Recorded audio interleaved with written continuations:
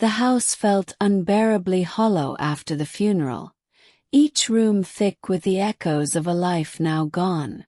The silence was deafening, pressing in from every corner, wrapping itself around me like a heavy, suffocating blanket. I sat alone at the dining table, staring at a half-drunk cup of coffee, feeling more adrift than I ever thought possible. Grief clung to me like fog, dense, cold, and unrelenting. Then, just as the night threatened to consume me whole, a gentle knock echoed from the front door. Puzzled, I rose and answered it. Standing on the porch was my son's best friend, Jason.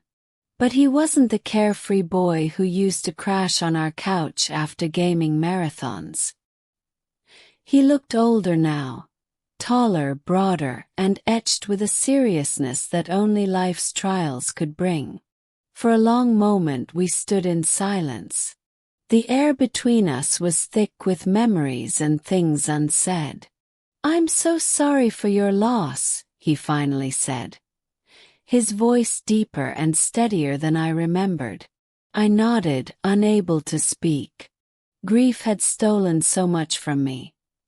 My husband, my laughter, my sense of direction, and now even my words. Jason shifted, holding out a small casserole dish. "I brought you something," he said simply. That humble gesture, a homemade casserole, struck something deep within me. A wall inside cracked. "Thank you," I managed to whisper, stepping aside to let him in. The house seemed to welcome him, hungry for life and presence.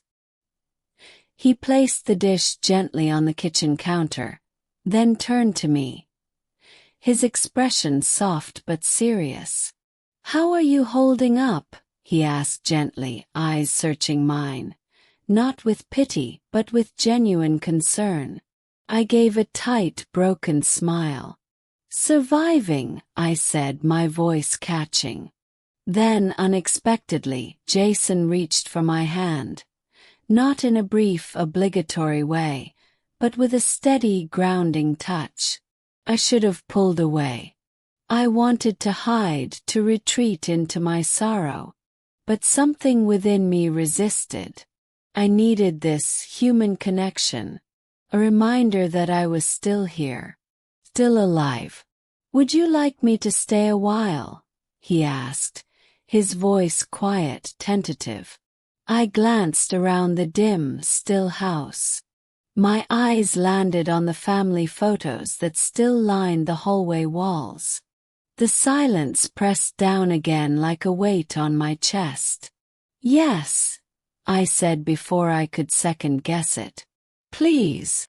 We moved into the living room, a space once full of warmth and joy, now haunted by grief. Jason sat on one end of the couch, and I curled up on the other, pulling a throw blanket over my lap.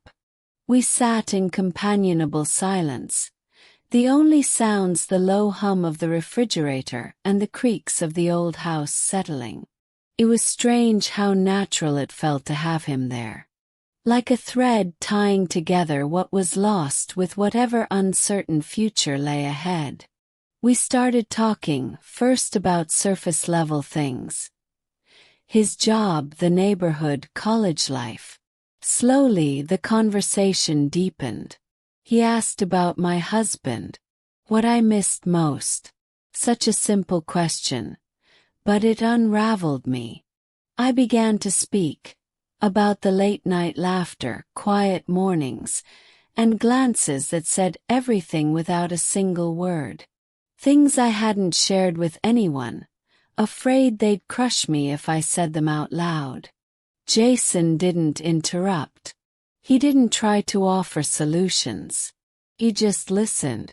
Truly, deeply listened. His attention was so present it made something in my chest ache. When I finally ran out of words, he leaned in slightly and said, "You're allowed to miss him, and still need someone." His words were a balm and a blade. "Hurrah!" So true. I closed my eyes, trying to steady the storm inside me. When I opened them, he was closer. His face shadowed, but his eyes gentle. There was no pity in them, only understanding. A quiet offering.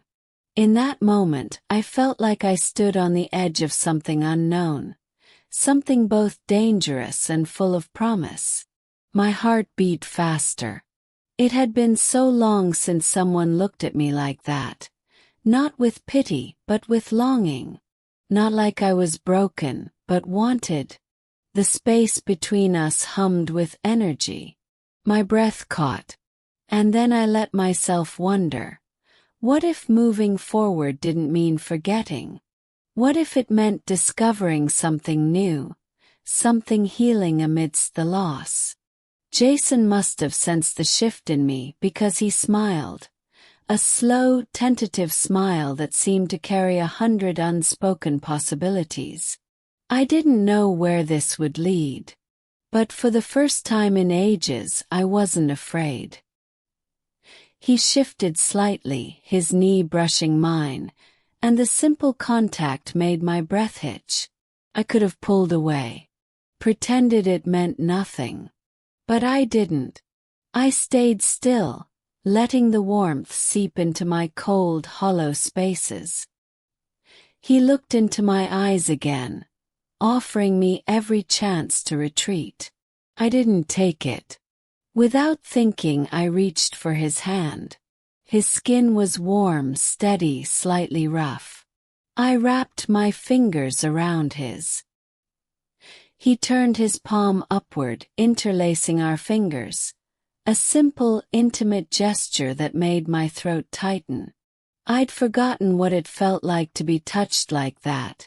Not from duty, but from care. Jason leaned closer, tucking a loose strand of hair behind my ear. His fingers barely grazed my skin, but the touch sent a shiver down my spine. He held my gaze, his voice barely above a whisper. "You're so beautiful." No one had said that to me in years. Not like that. Not with awe. Tears welled, but I didn't let them fall. Instead, I leaned into his touch, letting him cradle my cheek. The world, grief, silence, and loss faded away. There was only this moment. Only him. Only the aching, beautiful possibility between us. He moved even closer. I could feel his breath on my lips. He hesitated, giving me time to stop him. But I didn't want to. Close the distance. The kiss was soft at first, gentle, questioning. When I deepened it, he responded with a hunger that made my heart flutter. His arms wrapped around me, holding me in a way I hadn't been held in years. And for the first time in forever, I felt wanted. Alive. He nodded. That was all he needed. He stood taking my hand, leading me upstairs. Each step pulsed with anticipation, thick with something sacred. In my room, he undressed me slowly, reverently. His hands were warm, his touch tender. He kissed my shoulder, my collarbone, each kiss melting pain, each caress grounding me in something real. When he laid me down, it wasn't hurried. It was full of care, of reverence, of love. Not romantic, not yet, but deeply human. Our bodies moved together in a slow, unspoken rhythm, a dance of comfort and renewal, of presence. He saw me, all of me, and didn't look away. Afterward, tangled in sheets, breath slowing, heart still racing, he brushed his fingers along my arm, as if afraid to let the moment fade. I rested my head against his chest, the sound of his heartbeat anchoring me. "You're not alone anymore," he whispered. And for the first time I believed it. The sun crept into the room, its light soft and golden. I stirred slightly, bracing myself for the cold emptiness I'd grown used to waking with. But Jason was still there. His arm draped over me, his breath steady against my hair. I wanted to stay in that moment, but doubt crept in. Could this last? Was it just a beautiful illusion, a fragile bridge built in the dark? Jason sensed the shift in me and touched my arm gently. "Penny for your thoughts," he murmured, voice rough with sleep. I traced lazy shapes across his chest and whispered, "It felt too good to be real." He lifted my chin, forcing my gaze to meet his. "It was real," he said. "Every second of it." And deep down, I wanted to believe him,